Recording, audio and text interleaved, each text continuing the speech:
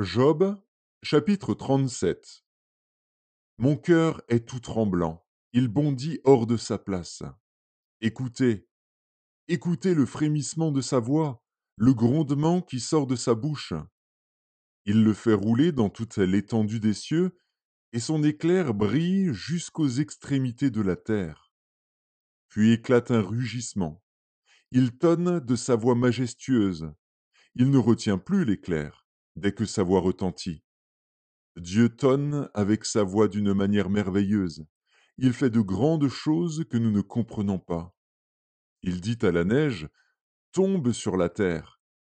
Il le dit à la pluie, même aux plus fortes pluies.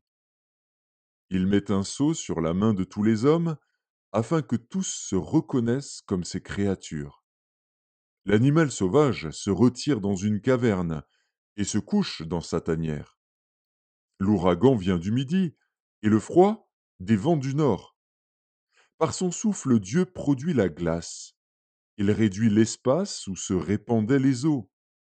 Il charge de vapeur les nuages, il les disperse étincelants.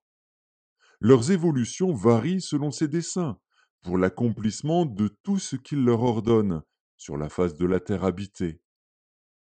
C'est comme une verge dont il frappe sa terre, ou comme un signe de son amour, qu'il les fait apparaître. Job, sois attentif à ces choses.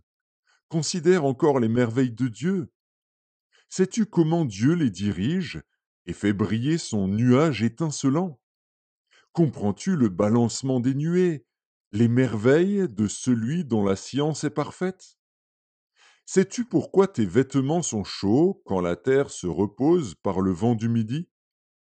Peux-tu, comme lui, étendre les cieux, aussi solides qu'un miroir de fonte? Fais-nous connaître ce que nous devons lui dire. Nous sommes trop ignorants pour nous adresser à lui.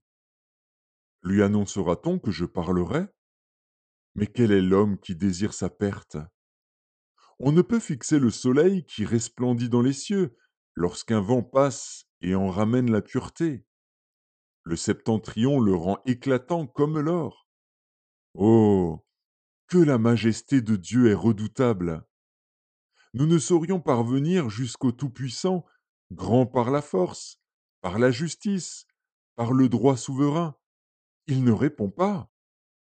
C'est pourquoi les hommes doivent le craindre. Il ne porte les regards sur aucun sage.